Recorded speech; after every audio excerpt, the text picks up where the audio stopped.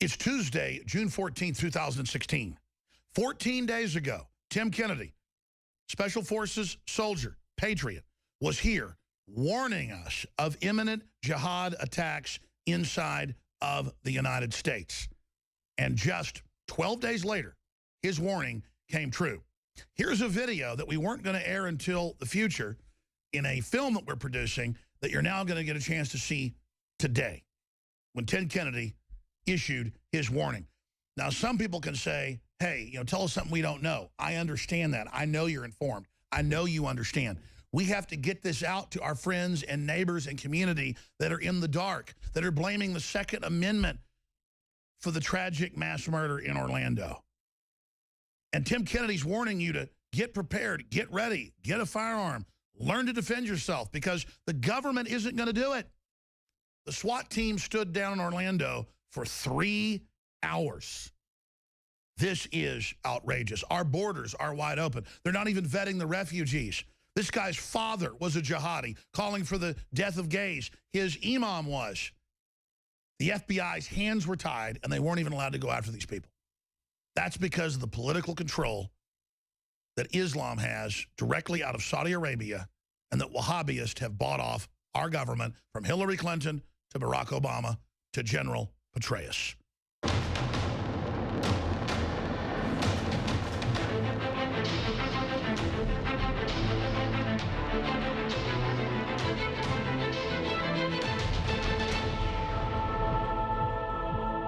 Heaven forbid you actually say something that's not politically correct. Then you're a bigot.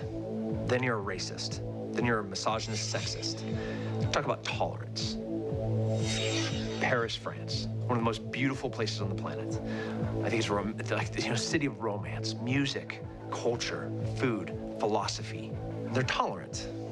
For years now, a decade, they've been welcoming with open arms the refugees from the Middle East.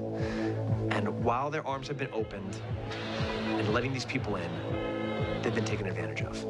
Now here we are 10 years later, the tolerance that they've demonstrated, you'd think that maybe they would get some form of grace from the extremists. No, they see weakness. They're maybe misunderstanding that this kindness is weakness. And in the instance of France, it was weakness. All right, we are just getting word now what appears to be a shooting, maybe multiple shootings in the city of Paris. Police officials there say at least 2 are dead from an explosion in a bar near a Paris stadium, and separately a shootout in a Paris restaurant. The Islamic State has claimed responsibility for the attacks. French President Francois Hollande vowed to use all means necessary inside or outside of the country to defeat the terrorist army. The scene on the ground across Paris appears to be chaotic, but what we are hearing from a French television network, that network, and this is unconfirmed, are reporting that 18 people are dead. Europe might be lost because of their tolerance. Tolerance and political correctness, they go hand in hand. They're 2 diseases. They're like a virus that is, like, once it's caught, you just want to stay with it, but slowly it's eroding and killing you. You're gonna die.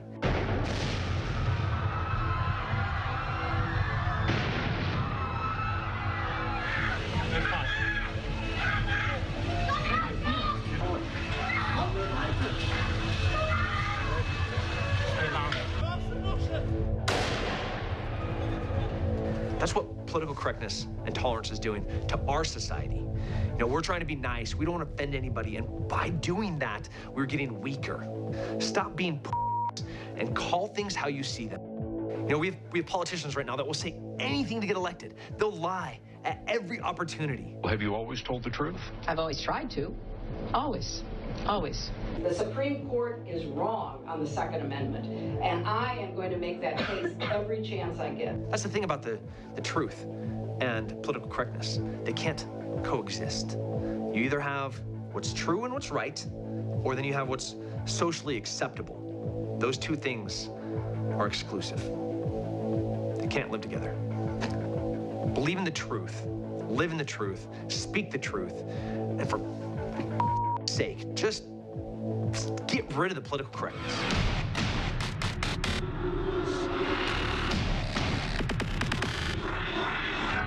Your first thoughts on what's happened? Well, it's the jihad, stupid. I mean, we're doing it once again. If you sit in my seat, one of the things you realize is it's like an endless loop film clip. And there will be a time 6 weeks from now when we won't remember this, and then wham, we'll get hit again. And then we'll go, oh. So it's my job to connect all the dots. And the reason it's easy for me to do my job is Islam has been doing the same thing for 1,400 years. What's happened in Orlando is shocking to some, but I'm afraid to say that for someone as much as myself, it's business as usual. Let's cover a tidbit here first before we come back and get into the whole waterfront. What about this constant connection of homosexuality in Islam, but then it's closeted, but if you get caught doing it, you're executed, and pedophilia is pretty much legal, isn't it? Well, pedophilia comes from the Sunnah of Muhammad, in which he married Aisha when she was 6 and consummated the marriage when she was 9. But homosexuality, one of the things when you're dealing with Islam is you have to precisely define your words. And when Islam speaks of homosexuality, they're talking about love. So if a man loves another man, that's wrong. But if an older man is having sex with a younger boy, this is domination or power. So it may look like homosexuality to you, but since he doesn't necessarily love the boy, it's not actually homosexuality. It's just an exercise in power. So it's rape, it's okay. Kind of like that. Just God, this is just, what a freak show. Well, I mean, like I say, we just have to, every time we deal with Islam, we need to define our words carefully because Islam always has its own private hidden meanings.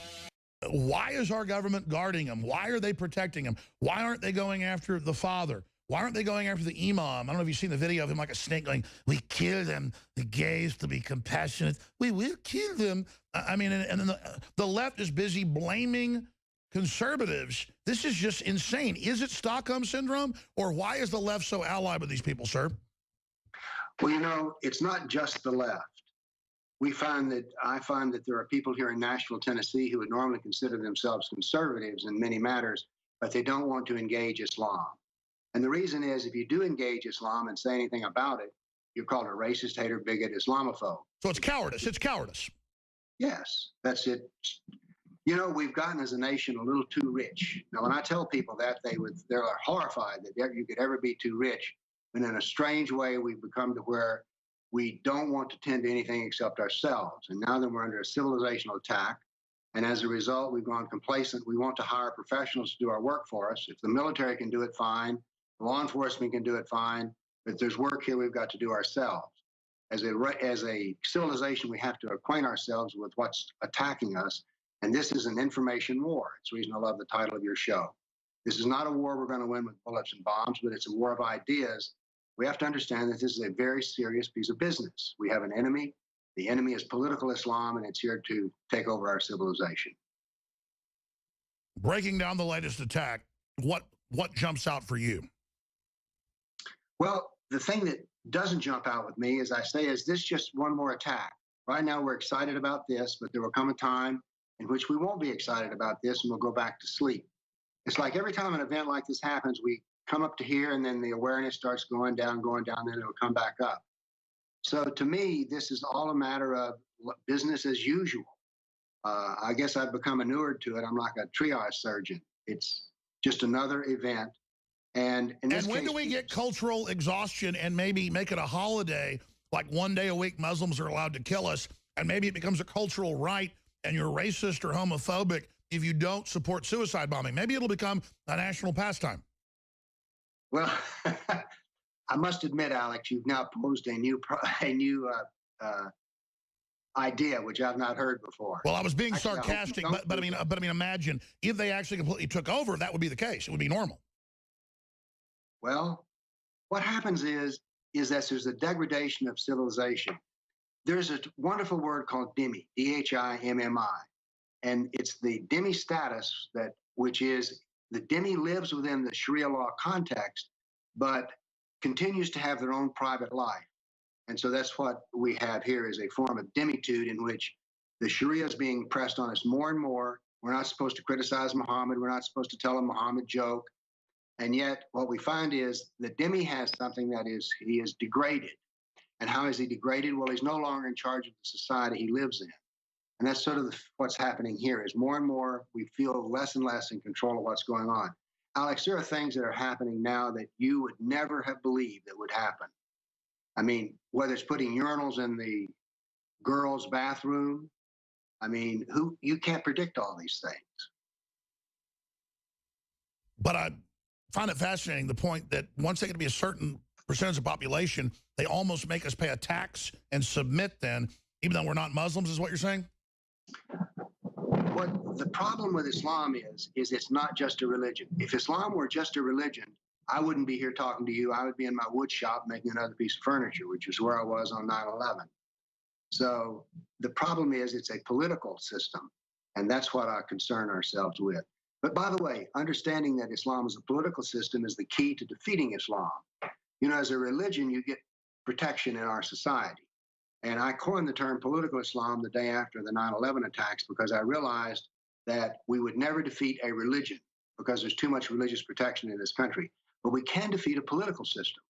So I coined the term political Islam because that's the part that concerns you and me. I'm not involved in the religion of Islam, and I don't care about the religion of Islam one way or the other. They pray 5 times a day. I don't care. It doesn't have any impact on me. But, oh, by the way, let me use prayer here as an illustration of the difference between political Islam and religious Islam. More in Europe, it happens a lot, but now it's beginning to happen in the United States, where on a Friday, Muslims will commandeer the streets in order to pray. You may have seen pictures of this in New York. Now then, you say, well, that's their religious right. Stop and look at what's happening here. The religious part is the prayer, but when you commandeer the street, that is a political action. Alex, if I go out here in my neighborhood and commandeer the street, I'm going to meet some people who with blue lights on their car, and they're not going to have a very good attitude about me. It is illegal to block traffic unless you're a Muslim, and then all of a sudden that political action gets the guise of a religious covering. So it's politics that we care about, and it's what we need to do to defeat Islam is we have to accept it. So it's all definitions, and you talk about how they have like gang language, they have code words that we don't understand. Break some examples of that down, Doctor. Oh, let's see. How about innocent? It frequently happens that after a killing, they will say, oh, well, Islam forbids the killing of innocents. Well, it does. But you see, I am guilty. I am not innocent. And I bet you're guilty too. What are you guilty of, Alex? You're guilty of denying the prophethood of Muhammad and the perfection of the Quran. So that's the problem, is that we have special words that have special meaning. And that, like I say, innocent is just the same one that comes up all the time. But it's okay if you're not an innocent. So they're saying, oh, we're against killing innocent, knowing that that's basically a code word, but they're saying, but you're not innocent. That's exactly correct. As a matter of fact, it goes further than this. It's they'll also, they haven't drugged this out on this event. By the way, have you noticed that there's always the same denials after a jihad event? It's like, well, now we don't want to be blaming Muslims. You know, Islam is a religion of peace. And I know this Muslim, he's a wonderful person. And if we criticize Muslims, that's Muslim bashing. So have you noticed this again and again, quality of what everyone drags out? Well, the quote top imam there in Florida came out and said, do not make this political and turn it into an event to lecture everyone.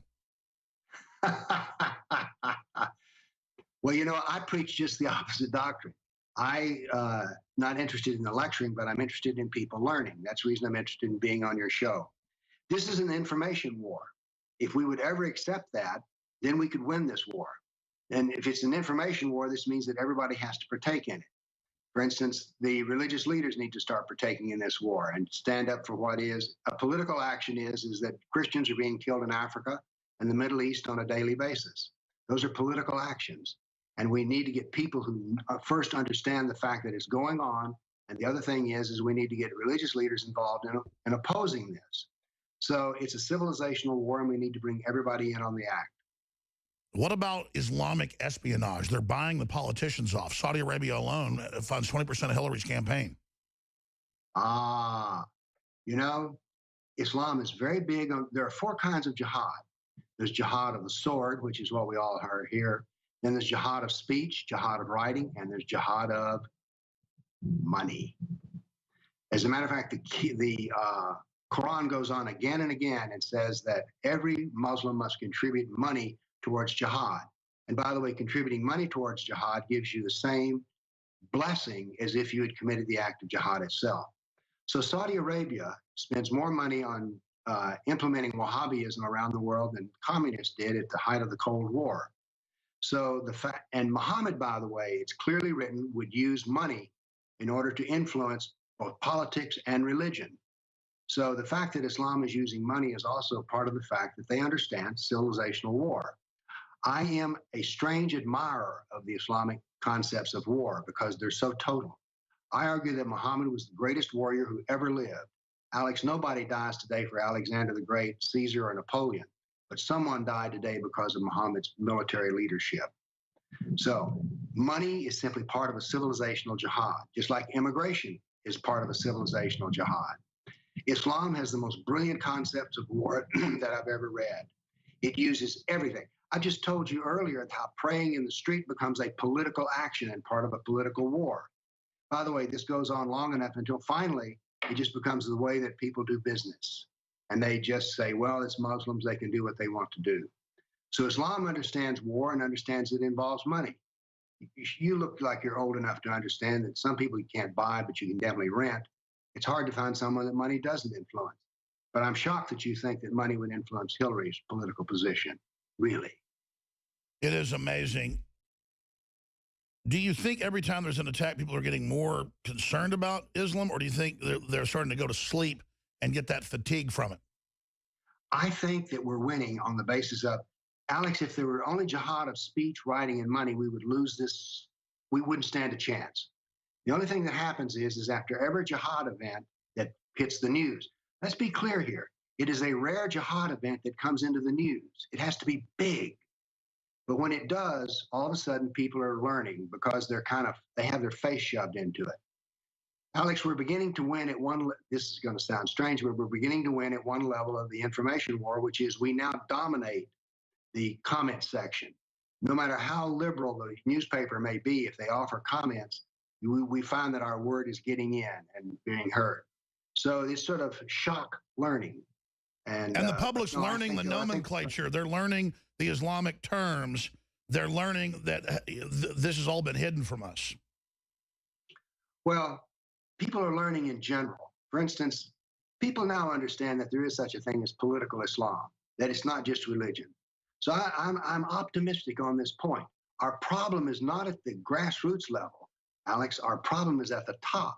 We're betrayed at the top. The elites are selling us down the road. And it's not just on Islam, by the way.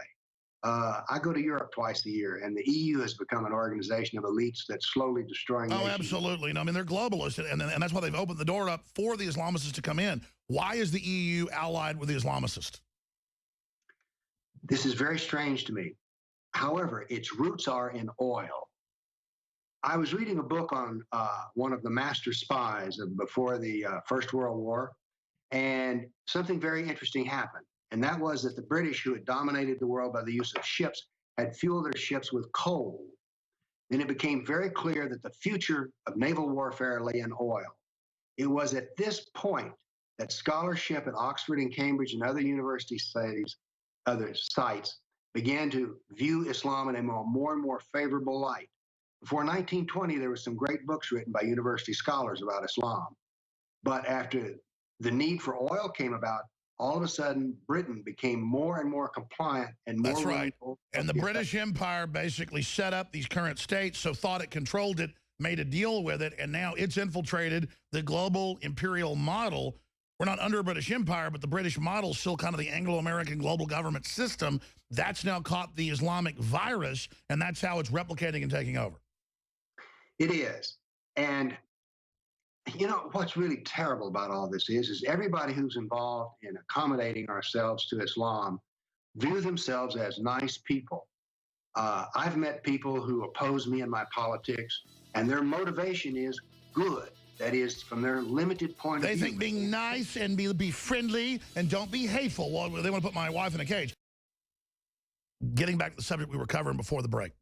I mean, there's so many angles of this. What should we hit now? You know what I would like to talk about next is I heard part, I didn't hear it, I read it. Trump's calling out, I think he calls it radical or extreme Islam. This is the wrong term to use. It's very common. It's used by a lot of people. And a friend said to me in a conversation that Obama was rattling Trump's cage because of calling it extreme Islam or radical Islam. Now, I disagree with Trump and I disagree with Obama. What we have here, there are two forms of Islam. One of the key things about learning about Islam is to understand it's dualistic. It always has two manifestations. A 20-second summary. Muhammad preached the religion of Islam for 13 years in Mecca and persuaded 150 Arabs to become Muslims. He moved to Medina. He migrated. That began the process of jihad in politics. He had 100 events of jihad in the last 9 years of his life, and when he died, every Arab in Central Arabia was a Muslim. Here's what the lesson to take home from this is. There are two forms of Islam, a religious Islam and then a political Islam, which includes jihad. So what we should say is that it's not extreme Islam, because if you're doing what Muhammad did, how can you be extreme? No, it is Medinan Islam or jihad form of Islam. So that we need to start using the precise words. We need to make our own words and use them. Because if what you may view as 9/11 as something extreme, that's on the basis of your ethical system and your system of life. If you're doing what Muhammad did, it cannot be extreme. It cannot be radical. It is normative and normal. So we need to learn to start using the right words. Saudi Arabia is financing all sorts of control, mosques being built all over the world, taking Islamic areas that aren't that radical, radicalizing them. Our government's totally in love with it, overthrows governments that are secular like Saddam Hussein, comparatively speaking. And you go back to the untold story behind Saudi Arabia's 41-year U.S. debt secret. I was told this 20 years ago on air by Patriots. It's now all been declassified. Here's another one. Saudi Arabia warns of economic fallout if Congress passes 9/11 bill. The 28 pages. Saudi Daily, satanic bills allows kingdom to be sued. Will open the gates of hell for U.S. U.S. secretly destroyed evidence in trial of accused 9/11 masterminds. And Hillary has gotten 20% of her funding, according to the Associated Press, from Saudi Arabia alone. How could any, quote, feminist out there who claims they care about women be for Hillary when she's in the hip pocket of the Gulf states, Dr. Warner? Well, you know, you and I will use the term feminist, but I'm not so sure there's any feminists left. How can you call yourself or if there are feminists, they seem to be concerned with the fact that if a woman has an MBA, then she should be the chief executive officer. They love to talk about that glass ceiling. It's all about power grabs. It's not about actually taking care of anybody. It really isn't, because there are several classes of people in the United States that I condemn broadside, which means they're not everybody, but I say 90 to 95%. They're feminists and clergy, because the feminist will tolerate somehow or another and make nice with Islam or accept its treatment of women, which is brutal and wrong. And yet, have we ever seen any marches by feminists? I was noted with amusement that liberals are signing a petition to put urinals in the women's bathroom. So they can get caught up in things that have to do with feminism or femininity like that. Total mindless distractions. Or they're mad that they'll henpeck a woman who wants to stay home with her kids so they get brought up better. But then they're fine if Saudi Arabia has women in pens. You know, Alex, you keep trying to ask me these questions as though I'm going to be able to make sense out of them all.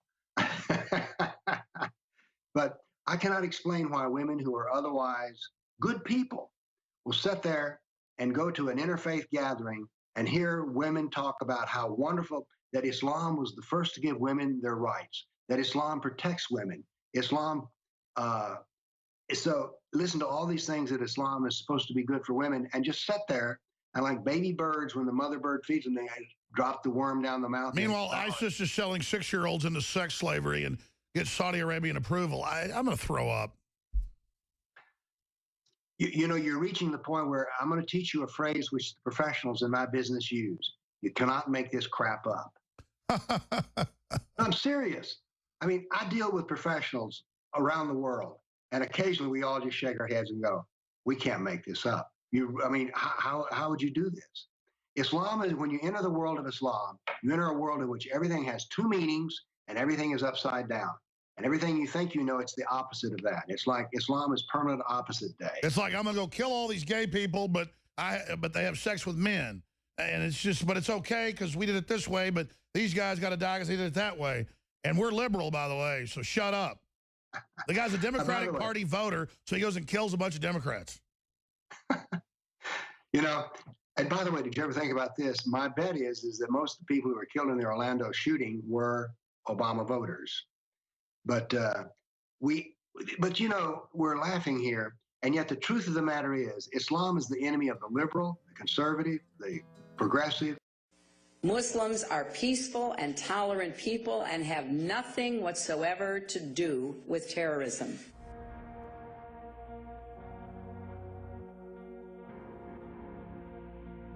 We're going to punish our enemies and we're going to reward our friends.